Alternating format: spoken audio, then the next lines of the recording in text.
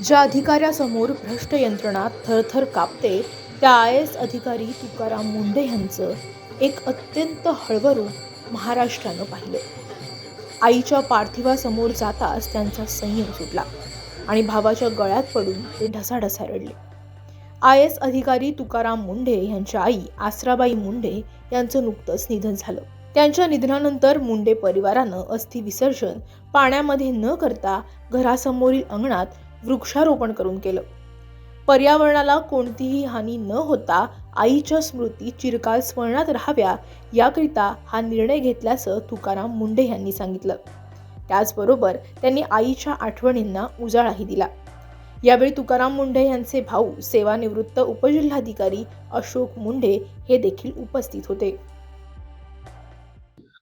मला वाटतं की याच्यामध्ये खूप काही आपण नाविन्यपूर्ण केलं असं मला वाटत नाही. फक्त आपण जे करतोय त्याला रॅशनॅलिटी असावी.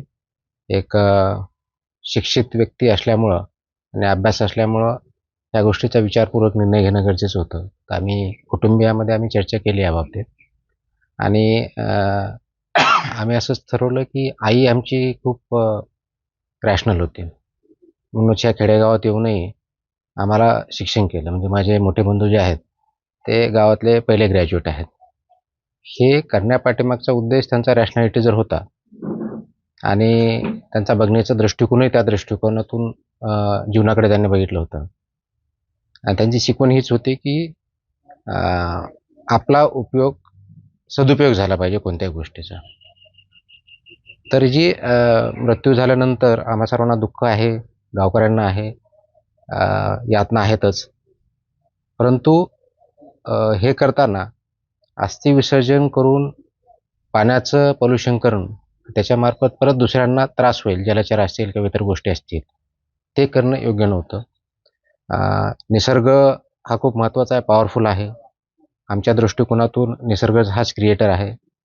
त्याला कोणत्याही नावाने आपण संबोधू शकतो. तो जो क्रिएटर आहे, आपण निसर्गामध्ये क्रिएट तर करू शकत नाही, पण जे आहे ते अबाधित राखण्याचा प्रयत्न डेफिनेटली करू शकतो. आणि ते जर अबाधित राखायचं असेल तर आपल्या हातात असलेल्या गोष्टी डेफिनेटली आपण निर्णय घेऊ शकतो. तर अस्थि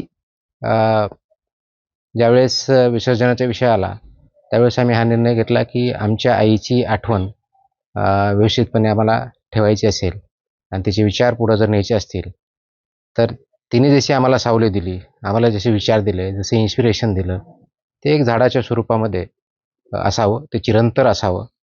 म्हणून आमच्या शेतात समोरच आपण वडाचं झाड लावलेलं आहे आणि त्या अस्थी आपण त्या ठिकाणी विसर्जित केलेल्या आहेत आणि उर्वरित अस्थी आम्ही शेतामध्ये टाकलेल्या आहेत. जेणेकरून यामुळे दुसऱ्यांना कोणाला तर त्रास होणारच नाही, परंतु शेतामध्ये टाकल्यामुळे त्याचा फायदा हा शेतीलाच होणार आहे आणि नेचरलाही निगेटिव्हली काही अफेक्ट होणार नाही. जे काही व्हायचं ते पॉझिटिव्हलीच होईल. मग निसर्गाचा समतोल राखला जाईल आणि निसर्गानं जो संदेश दिलेला जो क्रिएटर आहे त्या दृष्टिकोनातून वागण्याचा आमचा हा प्रयत्न आहे.